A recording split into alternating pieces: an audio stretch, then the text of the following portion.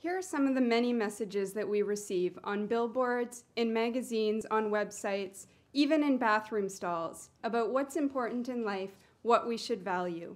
Implicit in these messages is that having these things and focusing on our image and popularity will make us happy and fulfilled.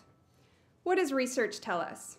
Psychologists who study values look at the way they're organized as a system, because inherent in the notion of values is that some goals are preferable to others.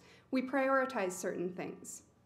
And studies have shown that materialistic values for wealth, image, and status tend to group together and oppose other social values for self-growth, close relationships, and contributing to one's community, which also tend to group together.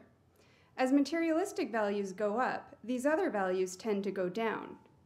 But what about our happiness and well-being? Unlike the claims of advertisers, studies show that the more that people prioritize materialistic over social values, the greater their anxiety, depression, negative emotions, and the lower their vitality, life satisfaction, and positive emotions.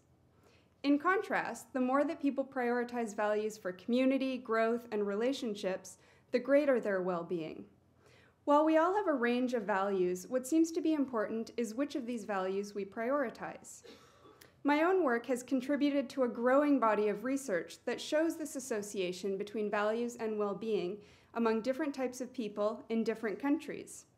The study I'd like to highlight is one that provides causal evidence, in which we randomly assigned university students to either reflect on 2 of their social values or 2 of their daily activities, which was our control group. This was a 4-week study in which participants in both groups did a written reflection and brief weekly reflections. Here's what we found. Compared to individuals who reflected on their daily activities, those engaged in reflecting on their social values placed lower priority on materialistic values and experienced greater well-being as a result. Now, although I designed this study, I'm still a bit surprised by these results. We asked questions like, why are these values important to you? How are they incorporated in your life? These simple exercises have big implications for what makes us happy. So the next time you sit down to write your to-do list, consider writing your to-be list. How do you want to be in the world? And take some time to reflect on and prioritize values such as close relationships with family and friends, helping others and contributing to your community,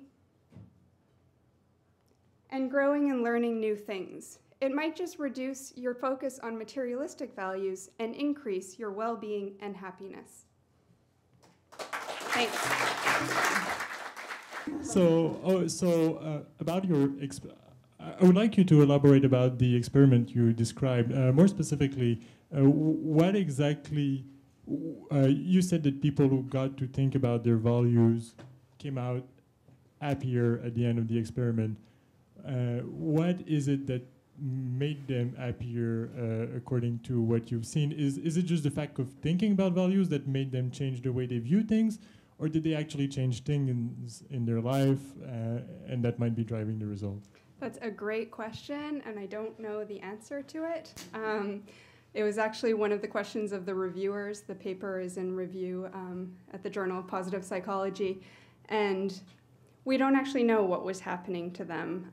We know that it was the people who really felt engaged in the process of reflecting on their values, but we don't actually know whether they made changes in their life, and I think that's a great direction for future research to know.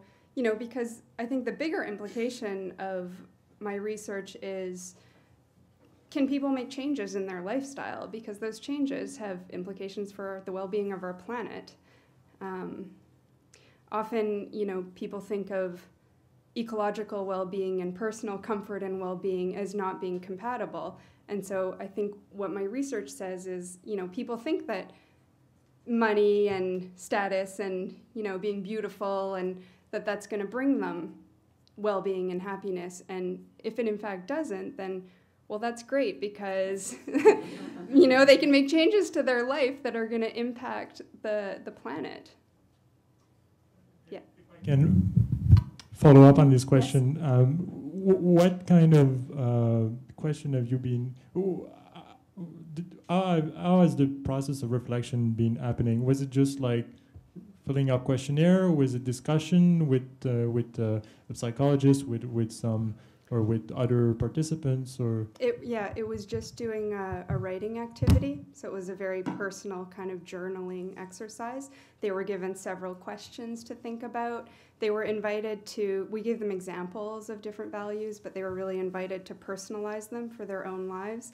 We also showed them different quotes that might reflect values, and those were included in follow-up emails. So they did like about 20 minutes of writing when they came into the lab and did that, and then that was followed up with emails every week where they, again, were invited to reflect on their values. So it was a personal kind of process. Thanks a lot. You're welcome.